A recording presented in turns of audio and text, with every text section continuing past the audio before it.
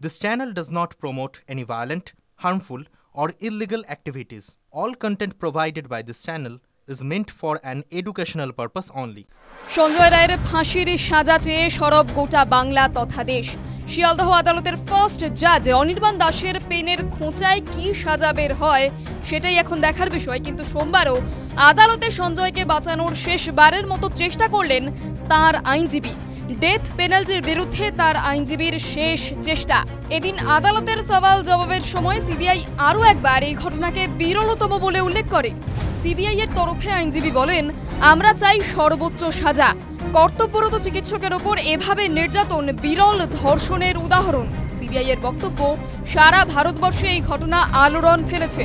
শীর্ষ আদালতে সিবিআই বিভিন্ন সময় রিপোর্ট জমা করেছে।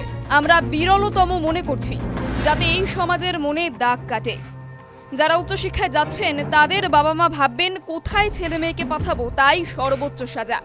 এরপরই সঞ্জয়ের আইনজীবী বিচারকের উদ্দেশ্যে বলেন, শীর্ষ আদালত বলছে কোন কোন ক্ষেত্রে ঘটনা বিরলতম নয়, এক্ষেত্রেও সেটা দেখতে হবে। যেখানে রিফর্ম করার আর জায়গা নেই সেখানে আদালতকে দেখতে হবে কেন রিফর্ম হবার সুযোগ নেই। সঞ্জয়ের আইনজীবীর আবেদন, বিভিন্ন আদালতে মৃত্যুদণ্ড সমালোচিত হয়েছে, বিকল্প শাস্তি দিন, এটাই আবেদন। বিচারক তখন বলেন, হ্যাঁ সেটা দেখেছি, বিভিন্ন কারণ হতে পারে, কিন্তু মৃত্যুদণ্ড হয়েছে।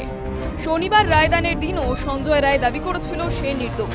প্রসঙ্গ উত্থাপন করেছিল তার গলার রুদ্রাক্ষের মালা নিয়ে। সাজা ঘোষণার দিনও সঞ্জয়ের হাতিয়ার সেই রুদ্রাক্ষের মালাই। সে বিচারককে প্রশ্ন করে, এত কিছু নষ্ট হয়েছে বলে শুনেছি, রুদ্রাক্ষের মালা কি নষ্ট হতো না? এখনও আদালতে সব পক্ষই কথা বলছেন। টিভি9 বাংলা ডিজিটাল।